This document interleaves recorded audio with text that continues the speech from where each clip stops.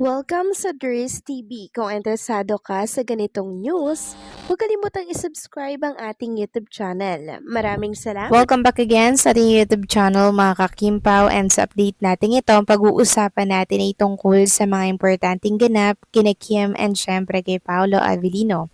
So, ang pag-uusapan natin sa update na to ay may kaugnayan nga po sa pagbabanta po kay Chinita Princess, mga kakimpaw, dahilan para po mas mag-alala pa si Paolo Avellino dito. So, sino nga kaya yung taong yan, mga kakimpaw, na siyang pag-uusapan natin mamaya? Ngayon lang to, mga kakimpaw, talaga. And tinagpa po si Paolo Avellino. Nakakalungkot, nakakaalarma, mga kakimpaw. So mamaya pag-uusapan po natin ang tungkol dito, kaya sana po itapusin ninyo ito hanggang dulo dahil hindi po biro, mga kakimpaw, ang pag-uusapan natin at sana po makarating po ito mismo sa NBI.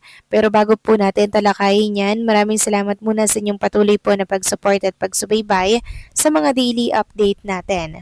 Kaya naman bilang pasasalamat, narito po ang isang napili kong komento patungkol ito sa naging previous update. Mula ito kay Ginang Violeta Bondok, sabi niya, alam nyo hindi magugustuhan ni Paolo yung babaeng yon kasi gamer yon. Syempre isipin ni Paolo anong mangyayari sa kanila at saka malalaman naman ni Kim, wag nyo nang guluhin ang isip nyo. Totoo bang mga fans yan o bashers nga ni Kim? Deadma lang siya, kayo pinapalala nyo. So tama po kayo dyan, Ginang Violeta Bondok. So si Paolo Avellino po kasi may isang salita po yan, di ba? Kung sino lang po yung gusto niyang babae, doon lang po siya nakapokus. Imagine yung 15 years siyang nag-antay for Chinita Princess. At until now, wala pong babae, mga kakimpaw, na nalilink sa pangalan niya. Yung mismong link talaga na piniflirt niya, wala, mga kakimpaw. Yun ay gawa-gawa lamang po ng mga bashers na gustong sirain si Kim and Paolo. Pero since very private si Paolo and Kim, hindi po masira. Kasi privacy is power, mga kakimpaw, 'di ba? Kaya pag hindi po nila sinashare yung mga ganap nila sa kanilang buhay, yan po ay pag-iingat ni Kim and Paolo sa relationship na meron po sila. Kaya deadman na lang po tayo sa bashers at igalang na lang po natin, mga kakimpaw, yung desisyon ni Kim and Paolo na i-private ang kanilang relationship. So maraming salamat sa inyong komento, Ginang Violeta Bondok. God bless at mabuhay kayo. So eto na nga, pag-usapan na natin, mga kakimpaw, mga topic po na nakalap natin sa update na to. At unahin na nga nating pag-usapan ang tungkol sa post na to. Ito po may kaugnayan sa mga picture ni Paolo na nilabas sa social media. Sabi nga ng isang account dito sa X, he may not show her face, but every beautiful picture he posts was taken by her. It's his quiet way of keeping her close and showing how much he appreciates the girl behind the camera. So kahit hindi po pinupost yung picture ni Chinita Princess, 'di ba? Si Kim Cho naman po ang may kuha ng mga larawan na yan at kung gaano pinoprotektahan at iingatan ni Paolo yung mga behind the camera, yung babaeng behind the camera na mga litratong to ni Paolo. Kaya sa nagsasabi dyan ay hindi naman pinupost yung picture ni Chinita Princess, desisyon po nila yan para po mas maingatan nga naman nila yung privacy, mga kakimpaw. Dahil pag pribado kang tao, hinding-hindi ka masasaktan ng sino man or magagamitan ng anuman laban sa yung mga post, 'di ba? Kasi private ka ngang tao. Kaya igalang natin 'yan, mga kakimpaw.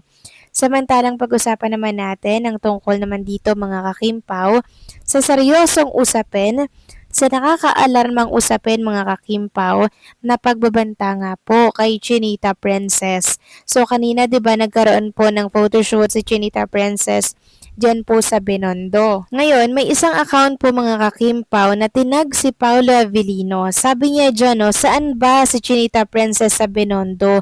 Sarap puntahan ng at ayan, mga kakimpaw, hindi ko na lang po babasahin sa inyo. Kayo na lamang pong magbasa. Ayoko pong magbasa ng ganyan. Pero ito po ay nakakaalarma. Ito po ay pagbabanta, mga kakimpaw, na dapat ay makarating kay Chinita Princess. Hindi po biro ito, mga kakimpaw. alarming na po ito. Ito po ay pagbabanta na tinag niya pa po si Paolo na para bang ang laki po ng galit niya kay Chinita Princess. At natatandaan ko yung account na yan mga kakimpaw, yung nag-message kay Bian Cake, no? Kay Bian Cake na pinapalabas na Kimpaw fans daw. Hindi po Kimpaw fan yan mga kakimpaw.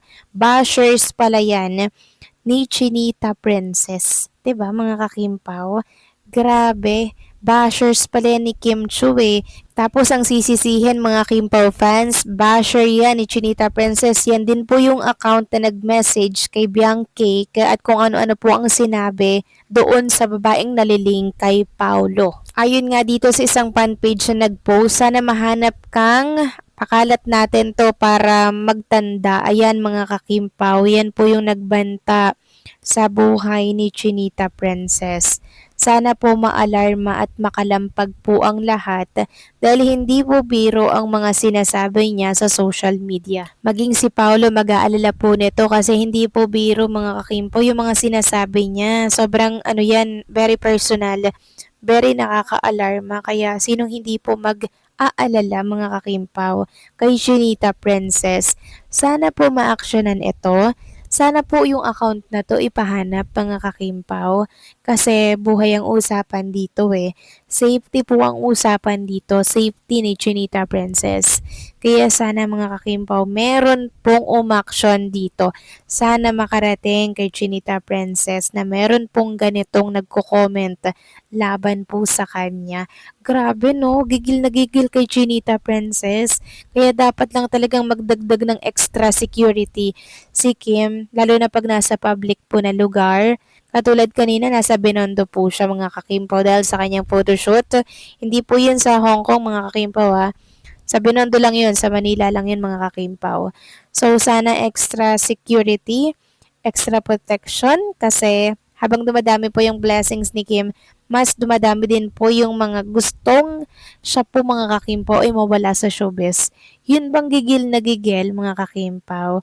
So sana hindi po hayaan ni Kim Chu at hindi niya palagpasin ang mga ganitong harsh comment laban po sa kanya, lalo't usapan dito is buhay na. Sana mapatrace tong account na to mga kakimpaw. Sana mapatrace. And I'm sure mga kakimpaw, nag-aalala na po talaga si Paula dito dahil nakatag din siya sa post nung bashers na yan ni Chinita Princess. Ayan, Paula Avellino. Saan ba si Chinita Princess? Sana matrace to mga kakimpaw. Sana matrace po ito. So, kayo ba mga kakimpaw? Gusto nyong mapatrace yan? Ipatrace nyo kung kaya nyo mga kakimpaw. Kasi alam nyo na, tayo ay nag-iingat din kay Chinita Princess. Gusto natin safe po si Kimmy. So, pag trendingin to, sana mahuli yan kung sino man yan mga kakimpaw. Nakaka-alarma yung sinabi niya. So, kayo ba? Anong masasabi po ninyo dito mga kakimpaw? Please comment down below.